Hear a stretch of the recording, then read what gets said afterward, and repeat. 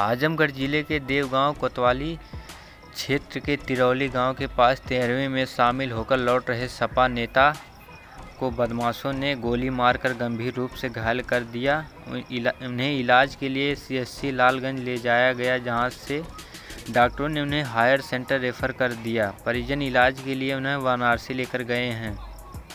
देवगांव कोतवाली के रामचंद्रपुर निवासी श्याम कन्हैया यादव 40 वर्ष से सपा से जुड़े हुए वर्तमान में देवगांव क्षेत्र से जिला पंचायत सदस्य के चुनाव की तैयारी भी कर रहे हैं। बुधवार शाम को 13वीं में शामिल होने के लिए गांव रसूलपुर दुधारा उर्फ चौकी गए थे। वापस लौटते समय लगभग 7:45 बाइक सवार बदमाशों ने तिरौली गांव के पास उन्हें गोली मारकर गंभीर रूप से घायल कर दिया।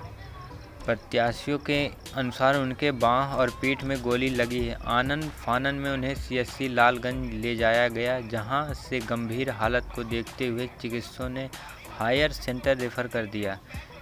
परिजनों के इलाज के लिए उन्हें वाराणसी ले गए बदमाशों की संख्या 2 बताई जा रही है।